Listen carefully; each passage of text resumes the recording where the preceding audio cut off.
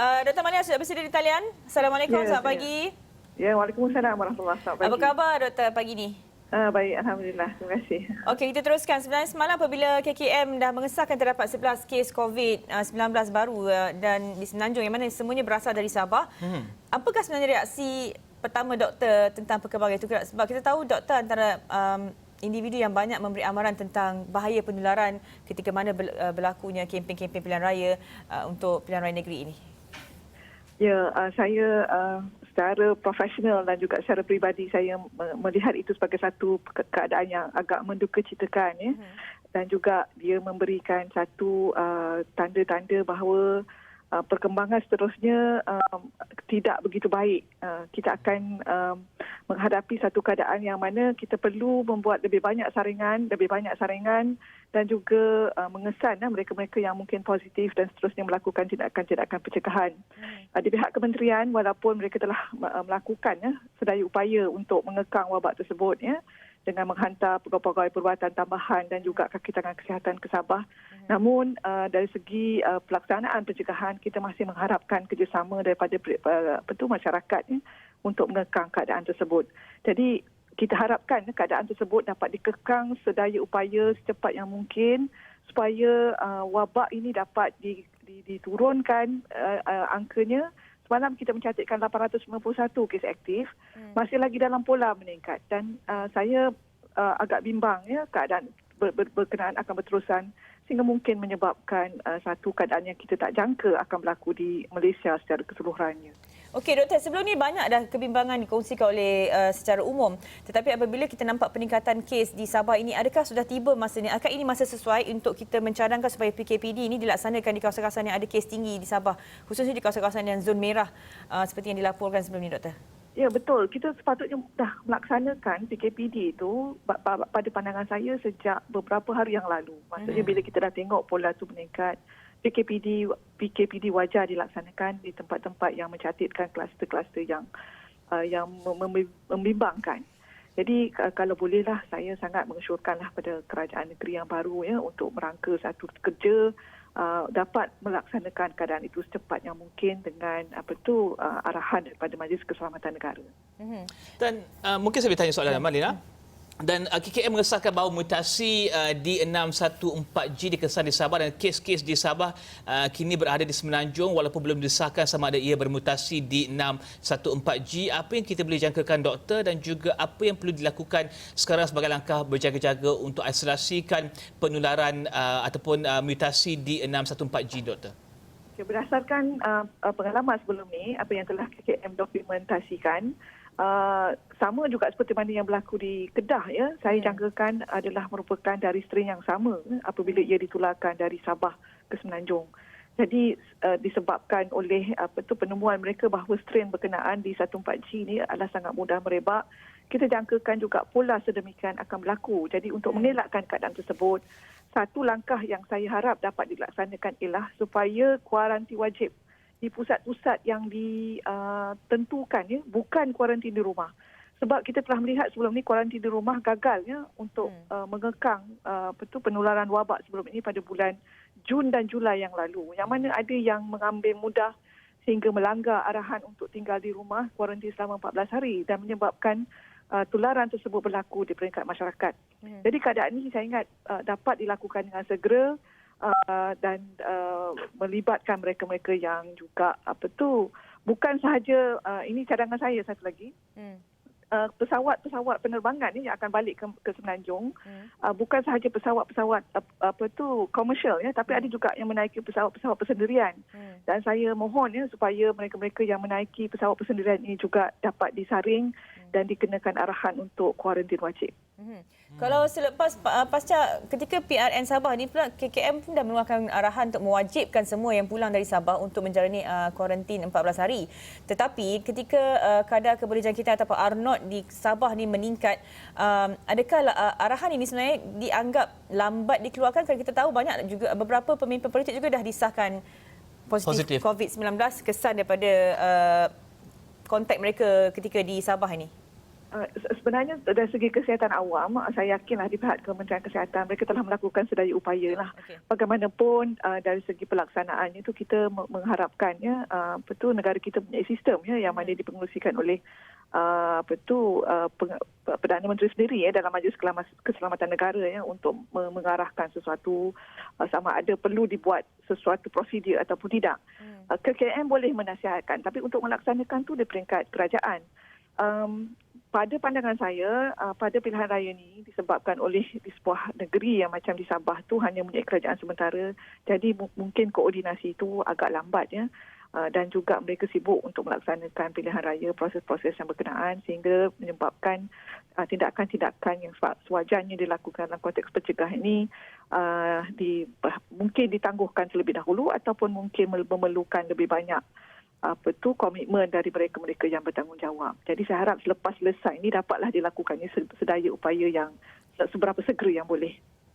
Dan doktor mungkin doktor boleh terang ke doktor dan jelaskan kepada penonton di luar sana secara ringkasnya mutasi-mutasi ini dan juga recap balik doktor. Betul. Apakah kesannya mutasi ini kepada usaha untuk mengawal dan juga adakah mutasi ini berbeza dan juga akan memberikan kesan berbeza kepada mereka yang menghidapinya?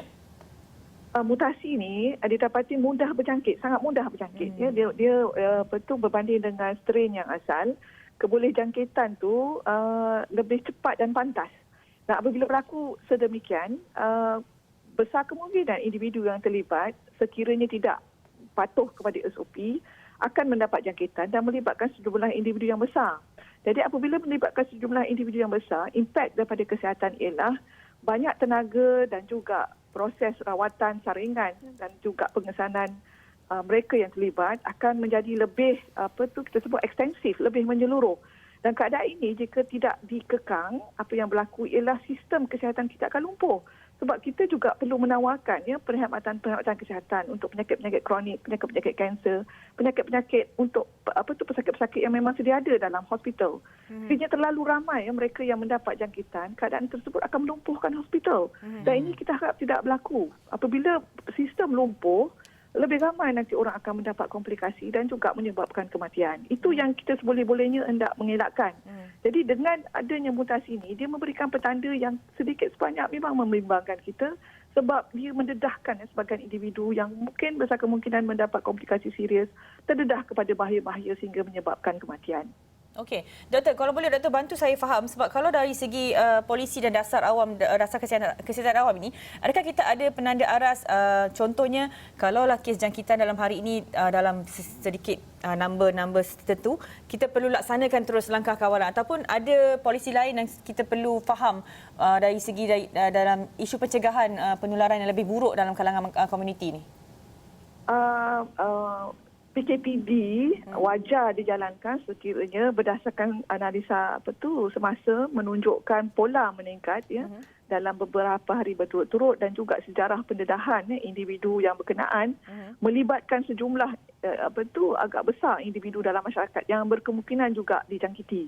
Jadi dalam keadaan tersebut sewajarnya tindakan pantas untuk melakukan langkah pencegahan melalui PKPD ini dapat dilaksanakan. Namun demikian, kadang-kadang ada keadaan-keadaan tertentu yang mungkin menghalang ataupun tidak boleh menyebabkan keadaan itu berlaku. Namun dalam keadaan tersebut, setiap individu dalam masyarakat perlu memberikan kerjasama. Kalaulah misalnya kata mereka memang terdedah kepada kes-kes yang positif.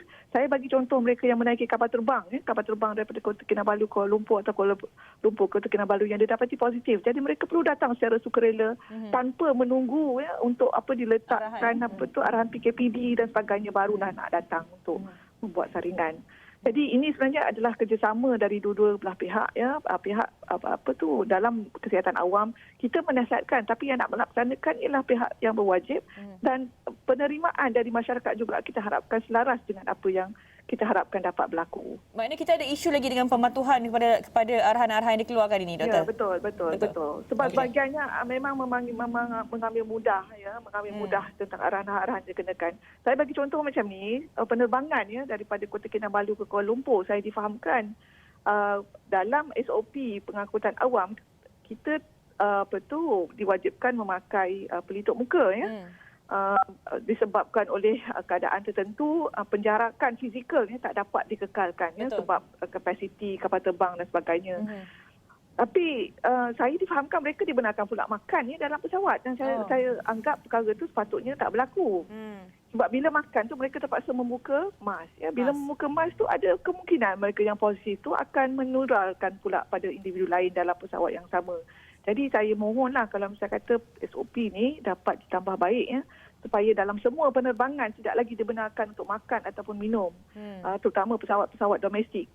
Sekiranya penumpang perlu juga mengambil makanan, kita nasihatkan sebelum ataupun selepas tiba di destinasi. Okey. Dan doktor, saya ingin petik apa yang doktor katakan sebentar tadi, iaitu sistem kesihatan kita akan lumpuh. Adakah dengan izinnya saya akan play devil's advocate di sini, adakah doktor ni sedikit overreact kepada situasi yang ramai yang nyatakan terkawal pada ketika ini?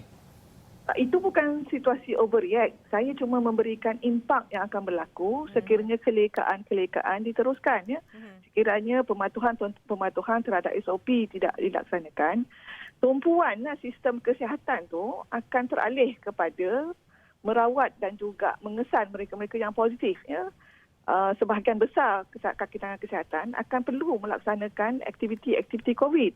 Dan dalam masa yang sama, kita perlu faham dalam sistem perkhidmatan kesihatan kita telah sedia ada dengan sejumlah pesakit-pesakit yang memerlukan rawatan. Pesakit-pesakit kanser, pesakit-pesakit hypertension, diabetes, mereka-mereka yang memang perlu menjalani pembedahan, dan juga pesakit-pesakit kardiovaskular dan sebagainya, memang dah sedia ada. Jadi kita punya kapasiti kaki tangan cukup untuk menangani keadaan tersebut. Bagaimanapun jika kes terlalu meningkat, sehingga di luar kemampuan aras ambang kemampuan sistem kesihatan, ia akan melumpuhkan keadaan tersebut.